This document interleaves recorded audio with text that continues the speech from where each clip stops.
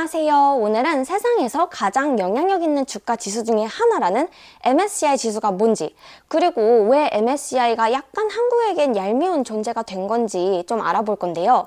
MSCI는 Morgan Stanley Capital International의 약자인데요.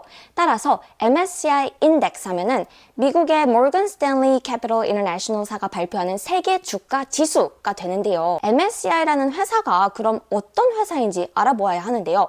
사실 MSCI에서 CI, 그러니까 Capital International이란 회사는 1965년부터 세계 최초로 미국 이외의 외국 시장에 대한 글로벌 주가 지수를 발표하기 시작한 회사라고 해요. 그러다가 세계적인 투자 은행인 미국의 모건 스탠리가 1986년에 캐피털 인터내셔널사로부터 글로벌 주가 지수 등의 데이터 사용권을 인수하면서 MSCI가 설립된 것이라고 합니다. 그럼 MSCI는 모건 스탠리 소속인가 하면은 2007년에 모건 스탠리가 MSCI를 매각하면서 MSCI는 완전히 독립된 회사가 되었다고 해요. 그리고 MSCI는 영어로 대표적인 인덱스 프로바이더라고 하는데요.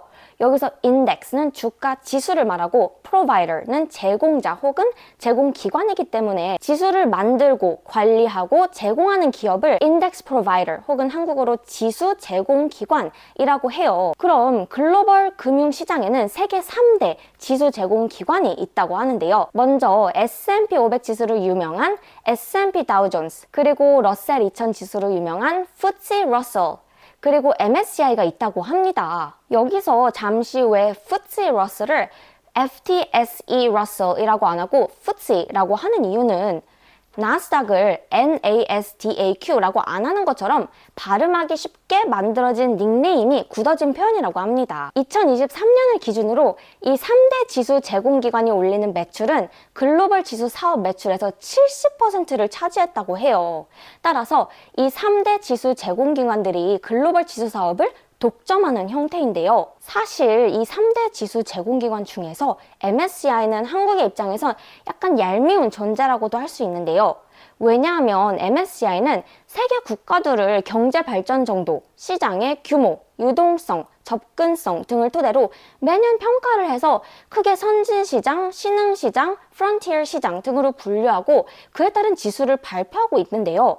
그런데 세계 3대 지수 제공기관 중에서 S&P 다우존스도 FTSE도 한국을 선진국으로 분류하고 있지만 MSCI만 한국을 신흥국으로 분류하고 있다고 해요. 특히 한국이 MSCI로부터도 선진시장으로 분류가 된다면 외국인 투자가 늘고 주가 변동성이 줄어들 것으로 보이기 때문에 이 점이 바로 MSCI의 결정이 코스피 5000 시대를 가능하게 하지 않을까 하는 기대를 갖게 되는 이유인데요. 그럼 왜 MSCI는 한국을 선진국으로 분류하고 있지 않은 것인지 알아보아야 하는데요. MSCI는 한국 주식시장의 배당 절차의 변경, 외환시장 개방, 영문 공시 확대 등 외국인 투자자의 접근성을 높여달라는 개선을 계속 요구해왔다고 해요. 한국 주식시장은 이에 따른 개선을 해오고 있고, 특히 김병환 금융위원장은 올해 4월 MSCI의 최고위급과 비공개 면담을 갖고 외국인 투자자의 접근성을 높이기 위한 정책 노력을 정당하게 평가해달라고 당부하기도 했다고 합니다. 그리고 한국 시간으로 바로 오늘 6월 25일 MSCI는 연례 시장 재분류 결과를 발표한다고 하는데요. 물론 바로 선진시장으로 편입이 되는 것은 아니고